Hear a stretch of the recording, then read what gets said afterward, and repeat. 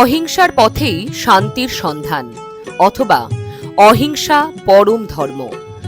মহাবীর স্বামীর এই বাণী আজকের সমাজে অনেক বেশি প্রাসঙ্গিক। আজ 10ই এপ্রিল বৃহস্পতিবার, অর্থাৎ মহাবীর জয়ন্তী।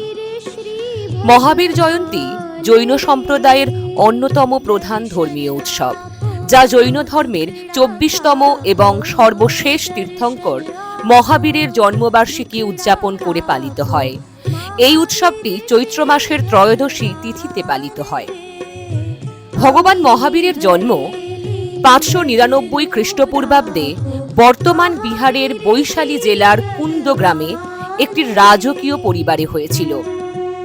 তার পিতার নাম ছিল রাজা সিদ্ধার্থ এবং মাতার নাম রানী ত্রিশলা।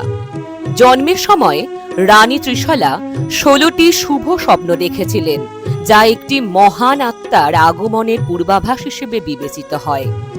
মহাবীর মাত্র 30 বছর বয়সে রাজকীয় জীবন ত্যাগ করে আত্মজ্ঞান ও মোক্ষের সন্ধানে বের হন।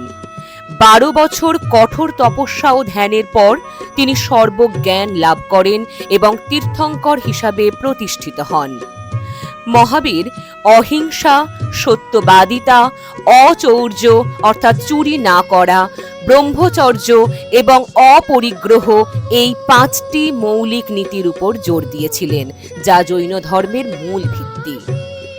এই দিনে জৈন মন্দিরগুলোতে ভগবান মহাবীরের মূর্তির বিশেষ অভিষেক করা হয় এবং রথযাত্রা বের করা হয়, যেখানে ভক্তরা মূর্তিকে রথে করে শোভাযাত্রা করান। ভক্তরা মন্দিরে প্রার্থনা, ধ্যান এবং ভগবান মহাবীরের শিক্ষার উপর ধর্মীয় বক্তৃতায় অংশগ্রহণ করেন। অনেকে এই দিনে দান ধ্যান করেন এবং দরিদ্রদের মধ্যে খাদ্য ও বস্ত্র বিতরণ করেন। এছাড়াও অহিংসা এবং শান্তির বার্তা প্রচারের জন্য র্যালি এবং শোভাযাত্রা অনুষ্ঠিত হয়। মহাবীর জয়ন্তী শুধুমাত্র জৈন সম্প্রদায়ের জন্য নয়, সমগ্র মানব জাতির জন্য অহিংসা, সত্য এবং ন্যায়ের পথ অনুসরণের প্রেরণা যোগায়। তাই আজ বৈঠকি এডুকেশনাল ইনস্টিটিউশনের পক্ষ থেকে সকলকে মহাবীর জয়ন্তীর শুভেচ্ছা জ্ঞাপন করি।